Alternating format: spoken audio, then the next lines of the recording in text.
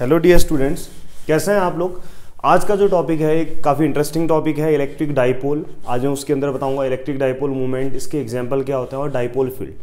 या आगे जाके आप लोगों के इलेक्ट्रिक फील्ड अगर आपने एक्सियल पोजीशन पे पता करना है किसी डाइपोल के लिए, इक्वेटोरियल पोजीशन पे पता करना है, तो वहाँ पे आप लोगों को बहुत हेल्प करेगा। उसके अलावा आप लोगों ने टॉर्क पता करना है किसी भी डाइपोल से, यूनिफॉर्म और नॉन यूनिफॉर्म इलेक्ट्रिक फील्ड में, तो वहाँ पर हेल्प करेगा। तो इसलिए ये टॉपिक बहुत ज़्यादा इंपॉर्टेंट हो जाता है। तो इलेक्ट्रिक डाइपोल क्या होता है, एकदम सीधे पॉइंट टू पॉइंट आ रहा हूँ। हाँ, a pair of equal and opposite charges, ठीक है, having equal magnitude separated by a small distance is called electric dipole.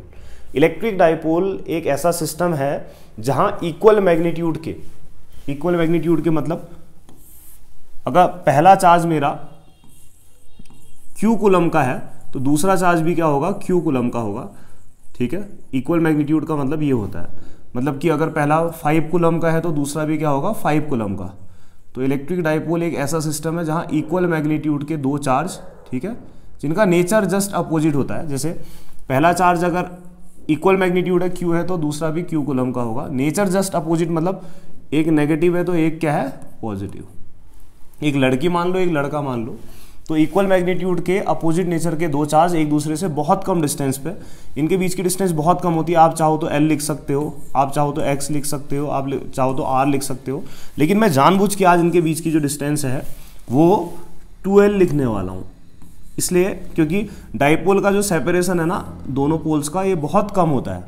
अब जनरली आगे जाके जब हम डेरिवेशन करते हैं एक्सियल इक्वेटोरियल पोजीशन पे, तो डाइपोल का भी आधा करना पड़ता है। तो अगर 2L लोगे तो 2L का हाफ L प्लस L मैं ले सकता हूँ, तो डेरिवेशन आसान हो जाएगा। अगर आप L लोगे ना तो L/2 होगा, तो आने वाले टाइम में आपको डेरिवेशन करने में थोड़ा सा दिक्कत हो सकती है। चाहो तो आप ले सकते हो। तो a pair of equal and opposite charges जिनका मैग्नीट्यूड सेम है, नेचर अपोजिट है, एक दूसरे से बहुत कम डिस्टेंस पे, इनके बीच की डिस्टेंस बहुत कम होती है, ठीक है, मिलीमीटर में, माइक्रोमीटर में। तो इतनी कम डिस्टेंस पे जब ये सेपरेटेड रहते हैं तो इसी सिस्टम को बोलते हैं इलेक्ट्रिक डाइपोल। समझ में आ गया ना। एग्जाम्पल देता हूँ, देखो एग्जाम्पल सुनना। हाँ, पहला एग्जाम्पल HCl, ठीक है। HCl को अगर मैं तोड़ूं तो ये कैसे टूटेगा, देखो H positive, Cl negative. H positive मतलब +1, नेगेटिव मतलब -1। मैग्नीट्यूड 1 है, नेचर जस्ट अपोजिट है और बहुत कम डिस्टेंस, इनकी बॉन्ड लेंथ जब आप चेक करोगे तो बहुत कम आती है। तो ये इसका एग्जाम्पल हो सकता है। दूसरा एग्जाम्पल हो सकता है H2O, वाटर। एक ऑक्सीजन के साथ 2 हाइड्रोजन लगे होंगे इधर और इधर, ठीक है।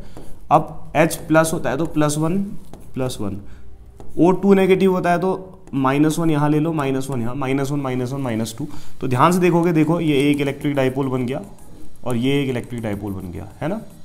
तो 2 डाइपोल बन रहे हैं इसके अंदर। ऐसे ही आप लोगों का NaCl हो सकता है, ठीक है। आप लोगों का CH3COOH हो सकता है। तो ऐसे करके ढेर सारे एग्जाम्पल हो सकते हैं। केमिस्ट्री आप लोग जानती है ना। तो इलेक्ट्रिक डाइपोल क्या होता है समझ में आ गया। इस इलेक्ट्रिक डाइपोल के कुछ एग्जाम्पल्स मैंने आप लोगों को बता दिए। अब इसके बाद जस्ट अगला टॉपिक है electric dipole movement. Electric dipole movement,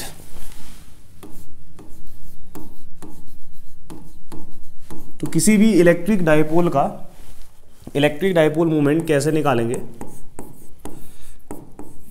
electric dipole movement, इसको ना बच्चों P से दिखाते हैं। किसी भी डाइपोल का इलेक्ट्रिक डाइपोल मूवमेंट को P से दिखाते हैं और ये एक वेक्टर क्वांटिटी होती है। क्या होती है, वेक्टर क्वांटिटी होती है। अगर मैंने इसको वेक्टर बोला तो आप बोलोगे अगर ये वेक्टर क्वांटिटी है तो बताओ इसकी डायरेक्शन कहाँ से कहाँ को होगी। तो याद रखना किसी भी इलेक्ट्रिक डाइपोल के डाइपोल मूवमेंट की डायरेक्शन हमेशा नेगेटिव चार्ज से पॉजिटिव चार्ज की तरफ होती है। समझ में आया। और इसको हम किससे दिखाते हैं, बोला मैंने P से दिखाते हैं, और ये वेक्टर क्वांटिटी तो P वेक्टर।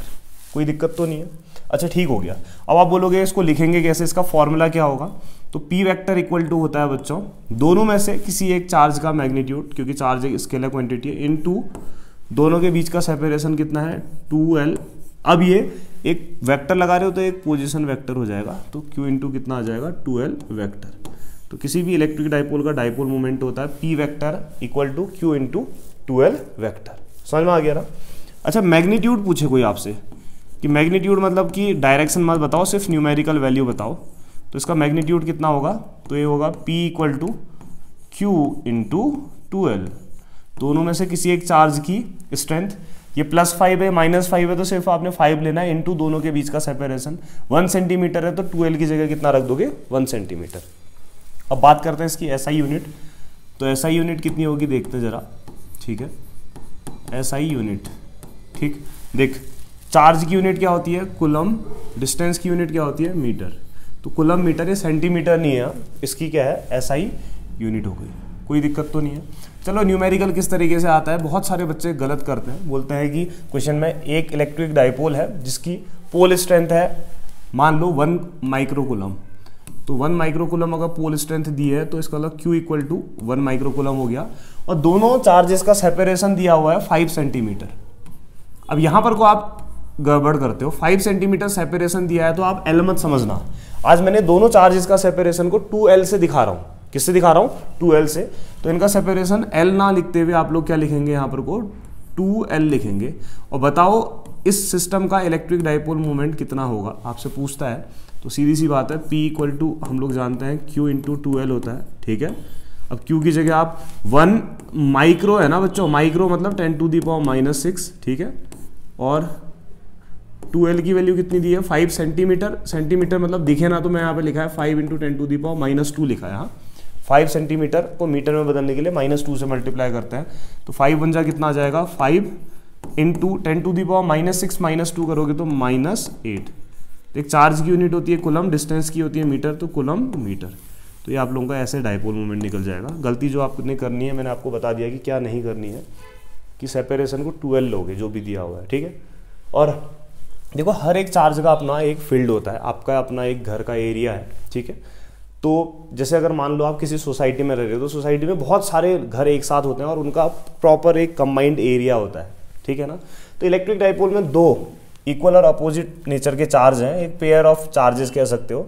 तो इसका अपना फील्ड होगा, इसका इतना अपना फील्ड होगा, तो इनके दोनों फील्ड को अगर आप कंबाइन कर लोगे, अब इसकी कोई वेल डिफाइंड बाउंड्री नहीं होती है, तो यही आपका क्या होगा डाइपोल फील्ड होगा। दोनों का कलेक्टिवली जो भी आप कहोगे फील्ड, उसी को कहते हैं बच्चों डाइपोल फील्ड।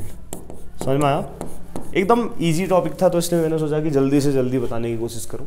अब हम इसके बाद अगला टॉपिक पढ़ेंगे electric field at N axial position of dipole, ठीक है ना। तब तक के लिए मिलते हैं आपसे।